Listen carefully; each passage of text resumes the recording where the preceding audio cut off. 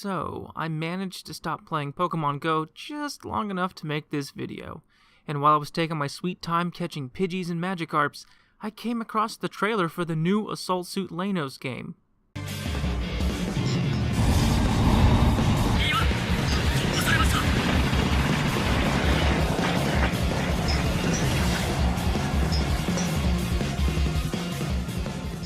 The game is already out?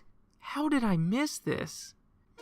Now, if you recall, last month in my Cybernator video, I said there hasn't been an Assault Suit game released in North America since 1993. Well, it's 2016 and I'm glad to be proven wrong. This game is actually a remake of the original Assault Suit Lainos, and it's currently available on PS4.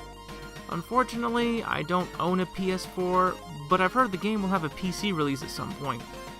Maybe they'll release it on Steam. Who knows? So, in the meantime, I figured it'd be an excellent opportunity to talk a little bit about the original Assault Suit Lainos, or Target Earth as it was known to Western gamers.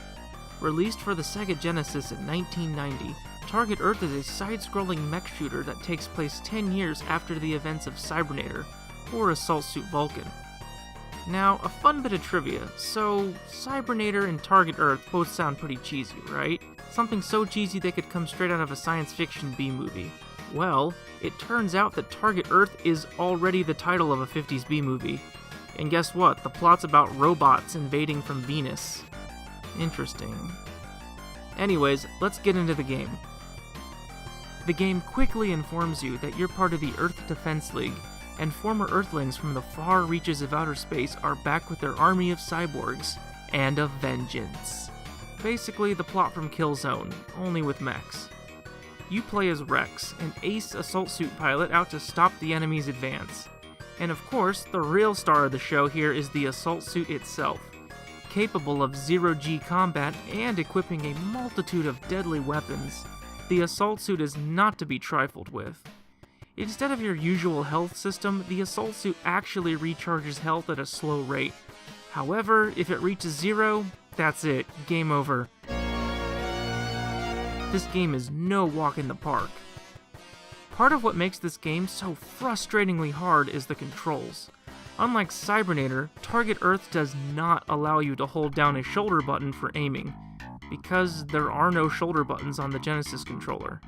You're stuck with the D-pad for simultaneous aiming and movement, which is even more frustrating in zero-G missions.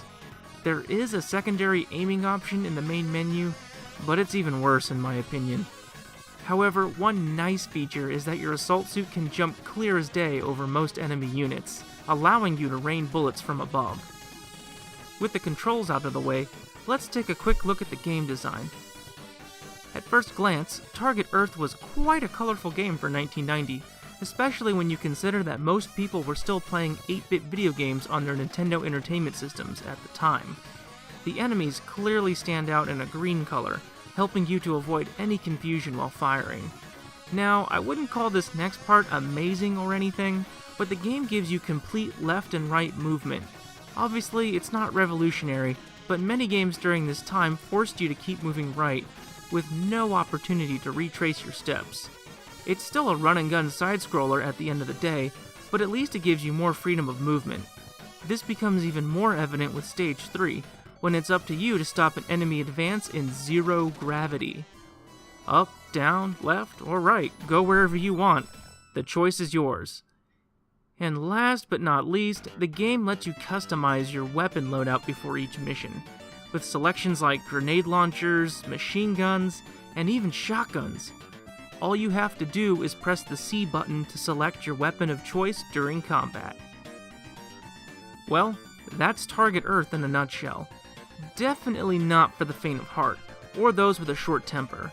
If you're up to the challenge, you'll be met with a classic mecha side-scroller worthy of anyone's Sega collection. Once I get a PS4, I'm positive I'll get around to reviewing the remake. But until then, catch you next time on Mecha Mondays.